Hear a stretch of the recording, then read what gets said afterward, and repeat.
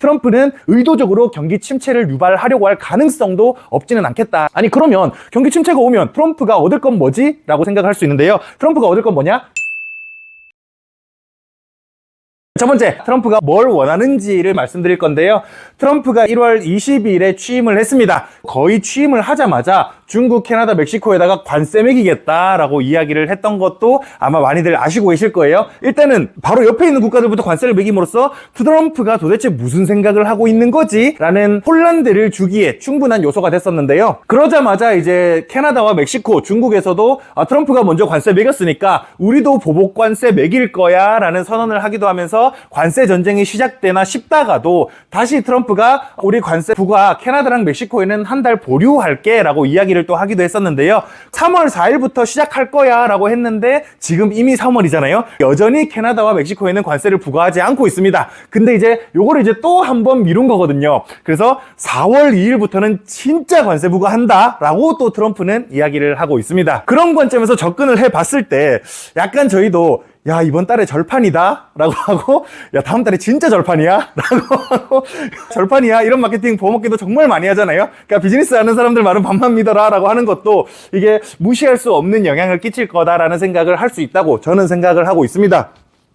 확실히 정치를 하는 사람과 비즈니스를 하는 사람의 입의 무게는 조금 다른 것 같아요. 정치를 하는 사람은 뱉은 말에 책임을 아주 크게 져야 되기 때문에 입이 좀 무거운 편인데 비즈니스를 하는 사람은 어차피 다음 달 되면 무슨 상관이야가 되기 때문에 뭐 어차피 지나간 일인데가 되기 때문에 상대적으로 입이 조금 가벼운 편인 것 같습니다. 그런 측면에서 봤을 때 트럼프는 정말로 관세를 매기고자 하는 의지가 있다기보다는 이 관세를 빌미로 캐나다와 멕시코로부터 뭔가를 얻어내려고 하는 전략일 가능성이 아주 높다고 판단해 볼 수가 있는 거죠. 그게 무엇인지는 알 수 없으나 아마 캐나다와 멕시코를 통해서 수입되는 마약류, 밀수되는 마약류에 대한 단속 강화를 요구하는 게 여태까지 이제 전반적인 기사나 이런 것들을 봤을 때 그럴 가능성이 조금 높겠다라는 저의 개인적인 추측을 하고 있습니다. 요거는 근데 아무래도 근거는 없다 보니까요. 이제 추측에서 머무를 뿐인 거고 그래서 관세를 매기겠다 보다는 다른 무언가 원하는 게 있어가지고 지금 관세를 빌미로 협박을 하고 있다라고 생각하는 게 좀 더 합리적일 것 같다라는 생각을 하고 있습니다. 그런 와중에 이제 여러 번 말씀드려 왔었지만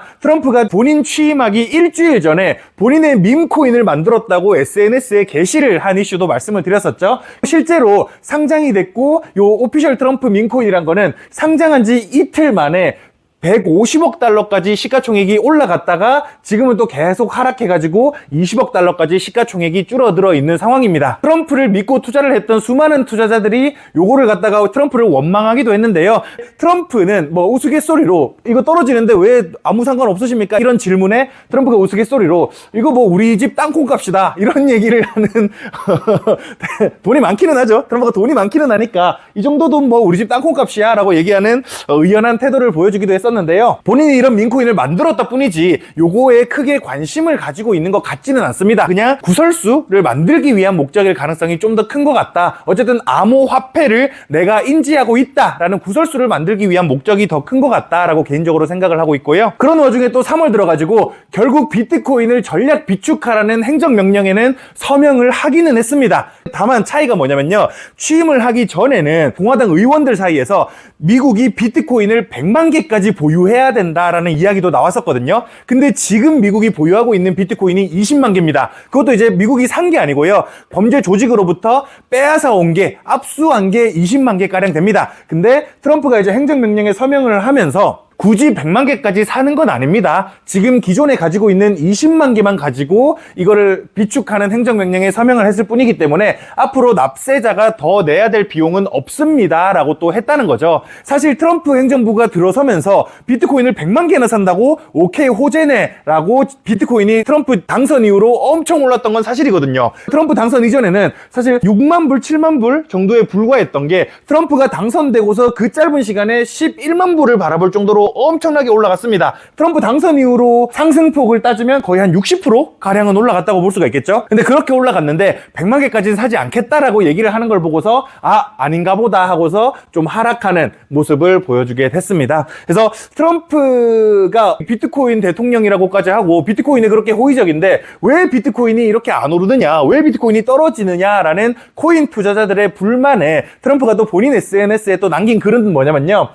No crying in the casino라고 또 얘기를 했어요. 지가 카지노 가서 도박해놓고서 왜 울고 앉았냐는 거죠. 트럼프의 입장은. 이것도 좀 웃긴 것 같습니다. 그러면 이 비즈니스맨으로서 생각해 봤을 때 트럼프가 과연 비트코인에 호의적인 게 맞는가를 생각해보면 제 생각에는 비트코인의 호의적인 관점은 아닌 것 같습니다. 그냥 구설수를 만들고 요거를 이슈의 중심에 있고 싶게 할 뿐인 거지 요거를 갖다가 정말로 중요한 자원이라서 미국이 비축을 해야겠어 라고는 입장은 아니라는 거죠. 그러면 왜 도대체 비트코인을 계속해서 구설수에 오르게 하려느냐를 제 나름대로 생각을 해보니까요.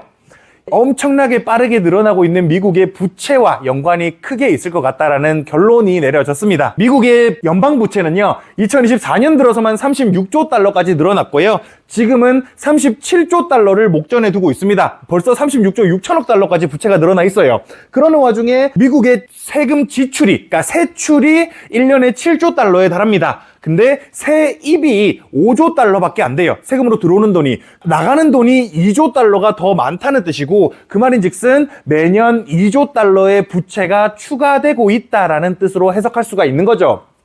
2024년 말에 36조 달러였다면 2025년 말에는 38조 달러거나 그거를 넘어서게 될 겁니다. 그렇게 늘어나는 데다가 심지어 지금 코로나 이후에 2022년 이후에 인플레이션까지도 심하게 발생을 하면서 금리가 많이 올라갔잖아요. 그러다 보니까 미국의 이자 비용 또한 기하급수적으로 증가했습니다. 이게 지금 연방 정부가 지출하는 이자 비용인데요. 불과 2020년 코로나가 터지고 제로금리를 할 때까지만 해도 미국의 이자 비용은 5천억 달러 정도밖에 안 됐었어요. 근데 불과 5년 사이에 지금 1조 2천억 달러에 달할 정도로 이자 비용이 코로나 때보다 5년 전보다 2배나 늘어났다는 뜻이 되는 거죠. 지금 미국이 국방비로 8천억 달러, 9천억 달러 정도를 쓰고 있거든요. 지금 미국이 쓰는 국방비보다 이자 비용이 더 많이 나가고 있는 겁니다. 당연하겠지만 지금 당장은 1조 2천억 달러라지만 지금 금리가 그대로 유지가 된다면 그리고 미국의 부채가 더 늘어나게 된다면 당연히 이 이자 비용은 기하급수적으로 늘어날 수밖에 없겠고 지금이야 미국의 재정적자가 2조 달러라지만 여기서 정부 지출을 더 늘리지 않더라도 이자 비용으로만 3조 달러, 4조 달러, 5조 달러 이렇게 늘어날 수밖에 없기 때문에 이 문제에 대해서 고민을 할 수밖에 없는 거죠. 그리고 트럼프는 대통령 선거 운동을 할 때부터 우리 미국의 재정 부담이 문제가 있습니다. 우리는 이 재정 지출을 줄여야 됩니다 라는 이야기를 계속해 왔다는 점에서 부채를 줄이기 위한 노력을 어쨌든 하고자 하는 사람이다 라는 거를 생각해 봤을 때 특히나 지금 도지라는 집단을 만들어 가지고 연방 공무원들을 다 자르고 있는 그래서 재정 지출을 줄이려고 하는 노력까지도 생각해 봤을 때 여기서 이 코인을 이용하려는 거겠구나 라는 생각이 가장 답에 가까운 생각이 아닐까 싶습니다. 제가 이것도 지난 연말쯤에 보여드렸던 기사인데요. 저도 되게 놀랐습니다. 한국 무역이 전 세계에서 7위 규모거든요. 전 세계에서 규모가 큰 시장이 한국 무역 시장인데 그 한국 무역 시장에서 10%가 스테이블 코인으로 거래가 된다고 합니다. 스테이블 코인이라고 하면 1달러를 1코인으로 고정해 놓은 코인을 스테이블 코인이라고 얘기를 하죠. 만약에 당신이 10코인 가지고 있으면 이 스테이블 코인을 10개 가지고 있으면 10달러로 바꿔 드리겠습니다 라고 발행사가 보증을 하는 게 스테이블 코인이다 라고 얘기를 할 수 있고 그러면 그 발행사는 어떻게 그 가치를 보증할 수 있어요? 라는 질문에 우리가 코인을 발행하는 만큼 그만큼 미국 달러를 가지고 있거나 아니면 미 국채를 가지고 있겠습니다 라고 이야기를 하고 있습니다. 실제로 그만큼을 가지고 있는지 없는지는 알 수 없으나 어쨌든 그들은 우리가 그만큼의 미국채를 보유하겠다라고 이야기를 하고 있는 거죠. 그리고 한국 무역의 10%가 스테이블 코인으로 이루어지고 있을 정도면 세계적으로는 엄청난 규모의 자금들이 스테이블 코인을 통해서 거래가 되고 있을 거기 때문에 실제로 스테이블 코인의 시가총액 그러니까 거래량 또한 늘어날 수밖에 없고 거래량이 늘어나게 된다면 당연하게도 발행사의 발행량 또한 늘어나게 될 수밖에 없습니다. 그리고 실제로 예전부터 지금까지 가장 큰 스테이블 코인이 테더라는 스테이블 코인이거든요. 테더라는 스테이블 코인의 시가총액 증가를 봤을 때 지금은 무려 1,430억 달러에 달할 정도로 어마어마한 규모로 커져 있다라고 말씀을 드릴 수가 있는 거죠. 이 테더를 발행한 회사의 주장에 따르면 이들은 1,430억 달러어치의 미국 채권을 그들이 보유하고 있어야 됩니다. 그런 측면에서 봤을 때 실제로 지금 미국 채권의 이자도 높아져 있는 상황이다 보니까 테더가 웬만한 금융사 블랙록이나 찰스 슈와브 이런 거는 이제 많이 들어보셨잖아요. 뭐 시티나 모건 스탠리도 많이 들어보셨겠지만 블랙록은 특히나 저희 펀드 안에도 많이 나와 있다 보니까 다들 들어보셨을 텐데 얘보다도 테더가 수익을 더 많이 보고 있습니다. 미국채를 보유하고 있다는 이유로요. 심지어 테더가 지금은 이제 1350억 달러니까 1350억 달러를 실제로 미국채로 보유하고 있다면